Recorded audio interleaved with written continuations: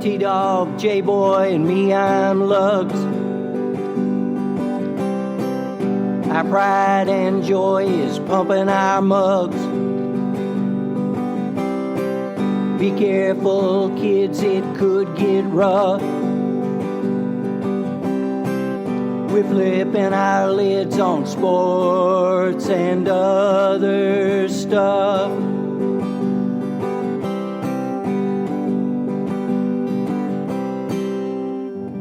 Welcome to Sport Weasel Central. I'm Lugs. I'm J-Boy. And I'm T-Dog. Sports and Other Stuff is filmed before a live studio audience. Oh, wait, not tonight? Well, maybe not. Okay, we'll try that again some other time. Headlines. Tua or not Tua? That is the question. 30-point underdog, Illinois pulls an upset in the ugliest uniforms I've ever seen against Wisconsin in the NFL. Welcome to Mr. Rodgers' neighborhood. Sure, I knew that you could. And Teddy Two Gloves wins again, ending the Bears' season. Yes, that's what I said. Take it away. We get started with college football. Well, all I got to say is Jalen, Oklahoma. I mean, if he's not the Heisman Trophy winner at this point, I mean, my goodness. I'm not saying he's maybe not the front runner. Pretty cool. Let's not forget Joe Burrows. Joe Burrows, who broke LSU's touchdown record for a season that Jamarcus Russell and Todd Mock shared, 29 touchdowns. He has 31. He broke it in 7 games. 7?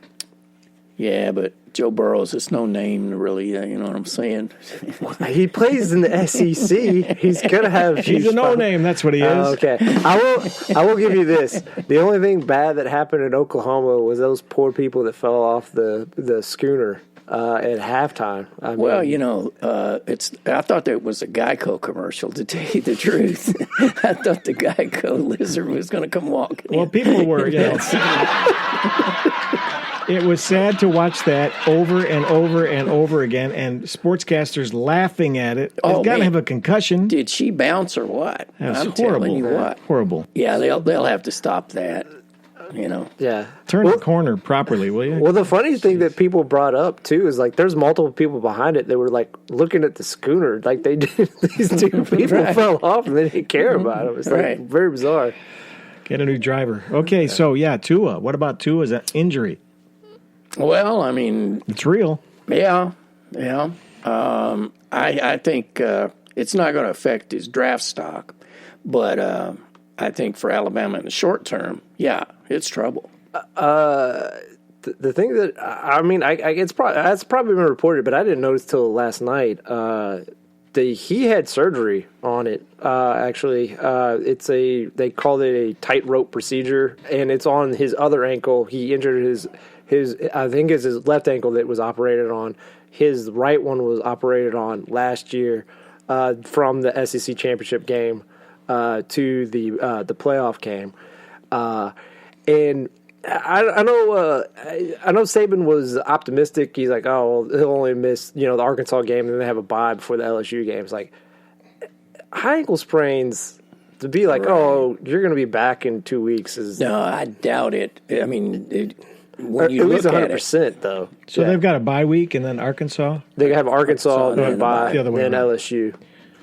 So LSU maybe, who knows? I don't think he'll be back for LSU. I think he'll only come back if they get into the playoffs. Yeah, well, I mean, you might be right. I mean, that's the thing is like the high ankle sprains, I mean, people can't underestimate how, like, because mobility is a big part of what he does. No kidding. Well, especially that's his plant foot, and that's a really good point. Yeah. And he, when you can't properly set your plant foot, you tend to go high, and so I mean, let's admit he's got a couple of the best receivers in college football. Is that what was wrong with Jay Cutler all those years? He couldn't set his plant foot. I think he planted his foot in his face. I think that's what that was. Okay, now back to our story. Go ahead. I will say too. Like it is, Obviously they won comfortably, but kind of late in the game, Tennessee had a chance to close it to 8, but their quarterback tried to go over the top, Cortano, and he fumbled it. Alabama scooped it up and then was able to increase the lead to 22. But it's just Tennessee's 2-5. Right. Oh, they're not even a shadow of Tennessee of old. I mean, it's just sad to watch. So I'm just saying, in 3 weeks they're playing LSU, and LSU is flying right now. LSU, if they want, will score 60 points. Because Alabama defense of old, this team has been kind of, I won't say carried because the defense is still there, but I'm just saying the high pedigree that is Alabama defense, it is not to that level. It's a B-, a very solid, good defense. Especially it's not a great. The secondary. I got, and they really don't have a pass rush, and so it puts all the pressure on those very young guys in the back end of that defense. Mm-hmm. So Wisconsin is done. Here's what Lovie Smith had to say. Nobody listens to Lovie Smith, but he beat the Badgers, and they were a 30-point underdog. It's crazy. Yeah, too bad I didn't have money on that one. Wow. Yeah. My goodness. But Lovey, he's redeemed himself. 1 win in 22 tries. So, my goodness, could this be a trend? Gosh, I don't know, man. But the Badgers are done. We're right. Yeah, that's it. It's kind of like Georgia a week ago against South Carolina. They're not completely done, but for all intents and purposes, unless something fluky where they win out and then they... Do they play Ohio State again? If they get to the championship. The only way that I take that back. I take that back. That's next week. That's the big the big game on this weekend. Yeah. Yeah. And J-Boy brought up earlier, poor Fox. They were hyping this thing up, and then the undefeated rivals. Not so much. Yeah. So. Yeah. But if they were able to beat Ohio State, they're back in the conversation. If we're talking about the top 4, Ohio State is head and shoulders above everybody as far as I can tell right now. Penn State looks pretty good in that Big Ten. I don't know. They looked pretty good the other night. Have you seen Ohio State's guys? These are prison guys. They've been working out for years. I will say it's a dangerous game, but you kind of look at they both have played Northwestern, and Wisconsin got lucky to escape against Northwestern, and Friday night Ohio State took them on, and it was not even a contest. There was a prison break. Yeah. And that's where they got the guys from. Okay, go ahead. Yeah, but I just feel bad for Wisconsin. I guess on the lighter note, the good thing for them is Taylor, the running back. He was the third running back to get to 5,000 yards before hitting his senior season. So there's the lone bright spot, right? Right. Yeah, well, okay. Hey, I listened to a little radio of the IU game, Don and Buck. This is Don Fisher, and the voice of the Hoosiers. Buck was going, now do they have the same numbers? Is it 2 guys with the same numbers? No, it's Buck. You just had too many beers in the sports club. Oh, that's killing me right there. Wow. But anyway, I was going to say... that running back, Scott, I've forgotten his last name. Yeah, Scott, yeah. Or it is Scott. Yeah. Impressive. He had a couple of breakaway runs that were really, really cool. So anyway, and otherwise, locally, U of L, I went about to what you'd expect, but I was impressed with the Hawkins, the running back there. Yep. Mm-hmm. He got more than 120 yards, I think. 129 touchdowns. Against Clemson. Mm-hmm. And Evan Connolly, again. The kid looks poised, I got to say. Yeah, considering. But his numbers weren't overwhelming. No. Obviously, neither him or McCole played well, but it's Clemson that had 6 sacks, 11 tackles for loss, 2 INTs. So, that's nothing. That's not a problem. Even after the game, Satterfield said, there's a difference in talent. He's not mincing words. It just came down to that. Well, I still think if U of L could come in and win 2 more games and get to a bowl, Satterfield is the coach of the year in the ACC. Well, let's put it this way. Would they play Virginia next week? They have a good chance to beat Virginia, and that'll get them to 5-3. Yeah. Or 5-3. So, See, I would hope that when we get to the U of L UK game, they both need the victory to get into a bowl. Whoa. Wouldn't that be? Whoa. That would be the high drama of it. Wow. That would. I mean, Kent Spencer might, add more Brill cream to his curls. What does that even mean?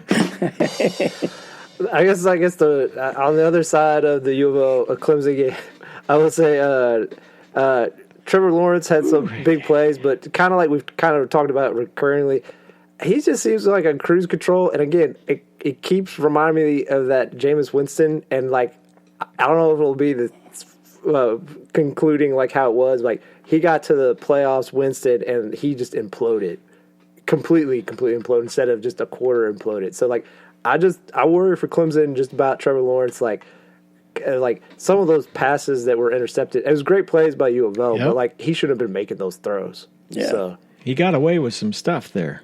Yeah. Even the touchdown before half, that was a dangerous throw. Yeah, I mean he threw like a moonshot to Justin Ross. He caught it on a high point, and that was more Justin Ross than Trevor Lawrence. Right. I mean he made that happen. Yeah.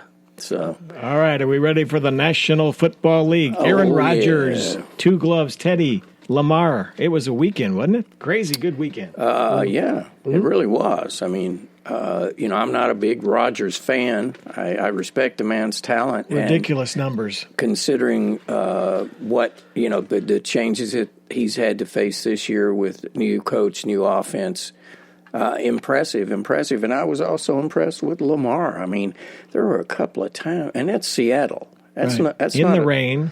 It's not a slouch. There were a couple of times where they had him hemmed in, and I don't know how he sidestepped these guys. That one time, he went for 40 yards they had him sideline 2 guys, and he still gets away. That's crazy. I just, I fear for his injury, prone. He's not injury prone, but it's just dangerous. All he needs is a hip pointer or something. Yeah.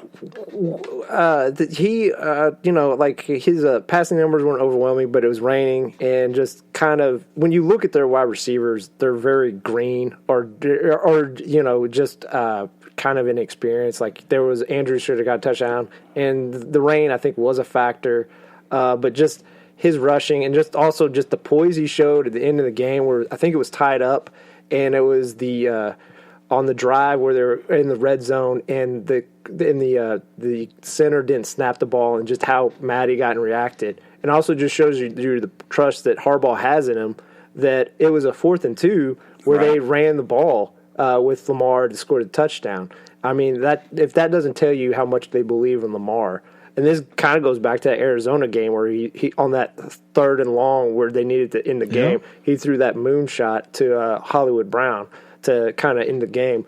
Like, to all the people that don't believe in Lamar, I know sometimes his numbers don't look, but if you watch the games, like he is really dictating and really controlling pretty much every game he's in. But the other big thing that's helped in him is the addition of Marcus Peters that they traded. Right. Instant, like obviously the pick 6, and he had a pick for the team a week ago with the Rams, but like also like it just kind of frees up their defense. I think the coordinator has more trust to put more pressure on because he has more faith in the secondary. So 2 defensive touchdowns in that game. So is Baltimore a team we need to believe in, and they're going? I think that they'll make playoffs. They'll make playoffs because who's going to stop them in their division? There's only one team coming from that division. It's the Ravens. That's it. That's done and over. Locked it up. Throw it away. You talk about Lamar. People who don't even care about football tune in because they've heard about. There's a mystique that's building. Absolutely. And even Herb Street said that no matter what, wherever he is, he tunes in to the Ravens game just because he knows he's going to see something that nobody else could do. And what's his name? Bobby Wagner, the linebacker for Seattle, said they asked him about preparing. He goes, and they were trying to get corollaries of other players, and he just said there are no other players like him. He is his own player, and he does stuff that you can't prepare for. Yeah, I think, the lazy comparison's Michael Vick, but the big difference between him and Michael Vick, particularly like through year 2, is Lamar is much more advanced as a passer than Michael Vick was in year 2. Yeah.